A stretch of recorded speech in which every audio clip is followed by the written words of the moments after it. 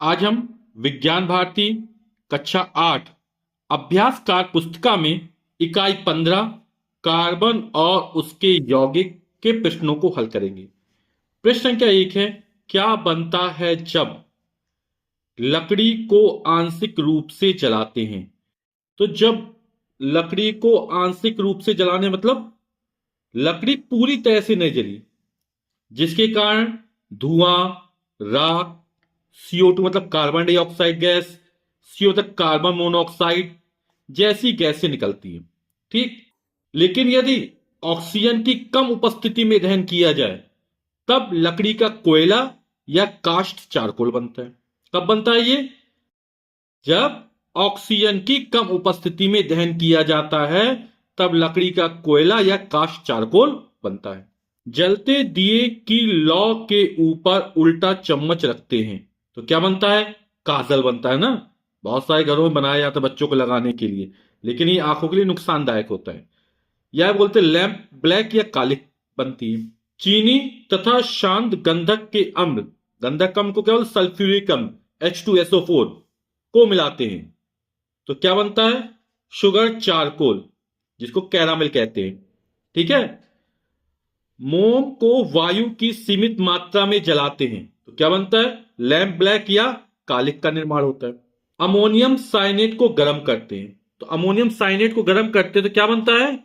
Urea बनता है। Urea का सूत्र क्या है? NH2CONH2। तो इसकी रासायनिक अपक्रिया लिख देते हैं, NH4CNO। यह अमोनियम साइनेट, ठीक है। और इसको जब गर्म करोगे, गर्म करने पर तो क्या बनता है? NH2CONH2। और ये यूरिया का सूत्र है। ये अमोनियम साइनेट और क्या बन गया? यूरिया बन गया। जानवरों की हड्डियों का भंजक आसवन किया जाता है तो क्या बनता है? जंतु चारकोल बनता है। प्रश्न क्या 2 है, कारण बताइए।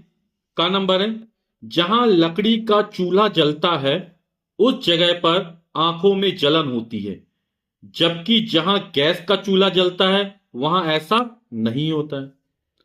तो आप लोग देखते हैं जब लकड़ी जलती है ना, तो वहां क्या होता है? धुआं निकलता है, और जो धुआं होता है वो आंखों में जाता है तो क्या पैदा करता है? जलन पैदा करता है। जबकि गैस में ऐसा नहीं होता है। तो लकड़ी का चूल्हा जलाने पर इससे निकलने वाले धुएं के कारण आंखों में जलन होती है। हम पेंसिल से कागज पर ठीक प्रकार से लिख पाते हैं, किंतु कोयले से नहीं। जो पेंसिल में अंदर जो लीड लगी होती है वो ग्रेफाइट की होती है। ठीक, ग्रेफाइट क्या है? कार्बन का अपर रूप है। तो पेंसिल में ग्रेफाइट की परतों के मध्य क्षीण बलों के कारण, क्षीण कमजोर बलों के कारण यह नम्र होता है और स्नेहक होता है, जिसके कारण हम कागज पर ठीक प्रकार से लिख पाते हैं। लेकिन कोयले में ऐसा नहीं होता है। अगला प्रश्न है, हीरा क्यों सबसे कठोर प्राकृतिक पदार्थ है? तो कार्बन परमाणुओं की चतुष्फल की व्यवस्था के कारण हीरा सबसे कठोर प्राकृतिक पदार्थ है। कोयले की खानों में विस्फोट क्यों होता है? तो मेथेन CH4, मेथेन का सूत्र क्या है? CH4 गैस के कारण। इसको मार्स गैस भी कहते हैं। ठीक है। प्रश्न क्या 3 है, निम्नलिखित खाली स्थानों में 6 कार्बनिक तथा 6 अकार्बनिक पदार्थों के नाम लिखिए। तो कार्बनिक पदार्थ कार्बन और उससे बनने वाले यौगिकों को कार्बनिक पदार्थ कहते हैं। तो कोयला हुआ, चीनी, चीनी का सूत्र क्या है? C12H22O11। ठीक, तो इसमें 12 कार्बन है। यूरिया है ना, प्रयोगशाला में सबसे पहला बनने वाला कार्बनिक पदार्थ कौन सा है? यूरिया है। मेथेन, मेथेन का सूत्र तभी पड़ा CH4। और जो पेट्रोल होते हैं 5 से 10 कार्बन होते हैं। और ग्लूकोज का सूत्र C6H12O6। तो कार्बनिक पदार्थ किसे कहते हैं? कार्बन युक्त यौगिकों को कार्बनिक पदार्थ कहते हैं। यानी कि जिन यौगिकों में कार्बन एक तत्व के रूप में उपस्थित होता है। और यहां पर जो कार्बन जोड़ता है वो सहसंयोजक बंधों के द्वारा जोड़ता है। इसमें क्या होता है? ज्यादातर कार्बन और हाइड्रोजन के बीच क्या होता है? सहसंयोजक बंध पाया जाता है। फिर अकार्बनिक पदार्थ, वे पदार्थ जिसमें कार्बन नहीं होता है अकार्बनिक पदार्थ कहलाते हैं। लेकिन कुछ अकार्बनिक पदार्थ ऐसे होते हैं जिसमें कार्बन पाया जाता है। तो जैसे जित कार्बन डाइऑक्साइड, कार्बन मोनोऑक्साइड, जितने भी कार्बोनेट हैं, जैसे धावन सोडा Na2CO3 सोडियम कार्बोनेट, जितने भी बाइकार्बोनेट हैं, मीठा सोडा NaHCO3, साइनाइड, ग्रेफाइट और हीरा, ये हमारे अकार्बनिक पदार्थों में आते हैं। ठीक है, तो अकार्बनिक पदार्थ कौन कौन से हो जाएंगे? नमक, पानी, लोहा, कार्बन डाइऑक्साइड CO2, धावन सोडा Na2CO3, ग्रेफाइट। जो आवर्त सारणी है उसमें जितने भी तत्व हैं, कार्बन के अलावा जितने भी तत्व हैं, वो सारे के सारे अकार्बनिक कहलाते हैं। तो एक बार फिर समझ लीजिए, कार्बन मोनोऑक्साइड यानी CO, carbon dioxide CO2, carbonate, bicarbonate, cyanide, graphite और हीरा को छोड़कर जितने भी पदार्थों में कार्बन पाया जाता है वे अधिकांश पदार्थ कार्बनिक पदार्थ कहलाते हैं। ठीक। प्रश्न क्या 4 है, निम्नलिखित के एक एक उपयोग लिखिए। ग्रेफाइट लिखने में, पेंसिल के अंदर पतली छड़ी लीड होती है, वो ग्रेफाइट होती है, लिखने के काम में आती है। कास्ट चारकोल, इसका प्रयोग ईंधन के रूप में तथा जल के शोधन में किया जाता है। जंतु चारकोल, इसका प्रयोग चीनी उद्योग में गन्ने के रस को रंगहीन करने में किया जाता है।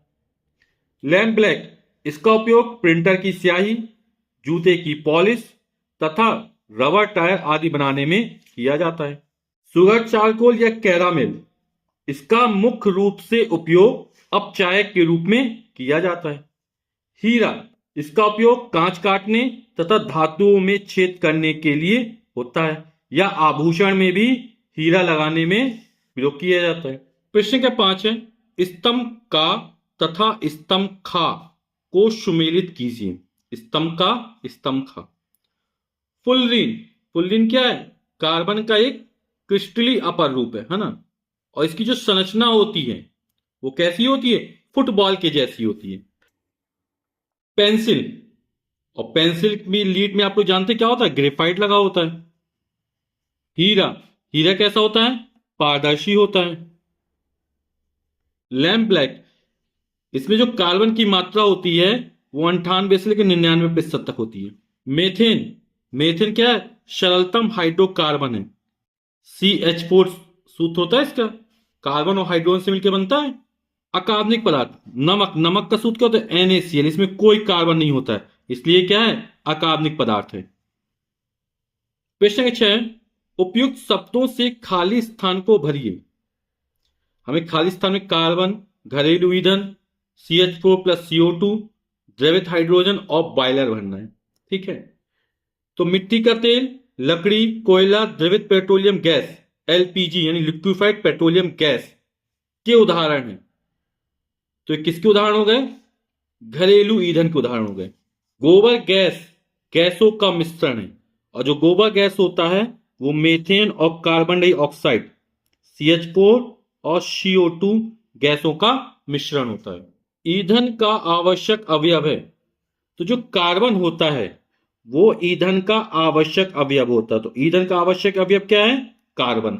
गन्ने की खोई का प्रयोग चीनी मिल के में होता है। चीनी मिल के किस में होता है? बॉयलर में होता है। रॉकेट ईंधन के रूप में का उपयोग होता है, तो यहां पर द्रवित हाइड्रोजन का उपयोग होता है।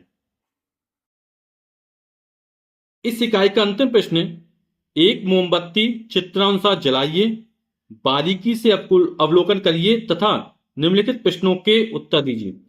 मोमबत्ती में क्या जलता है? मोम, धागा या दोनों? तो मोमबत्ती में मोम, धागा दोनों ही जलते हैं।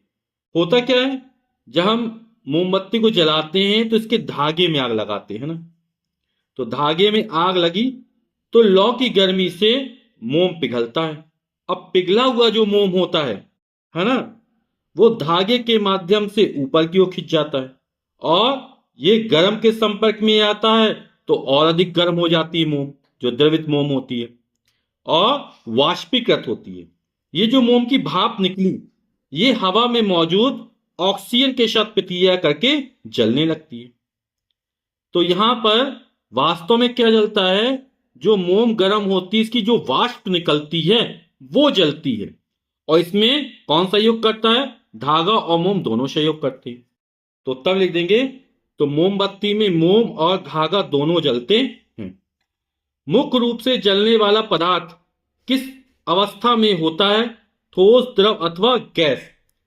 तो कौन सी अवस्था में होता है, जो मोम की भाप है वो हवा में मौजूद ऑक्सीजन से प्रतिक्रिया करके जलती है, यानी भाप यानी गैस अवस्था में।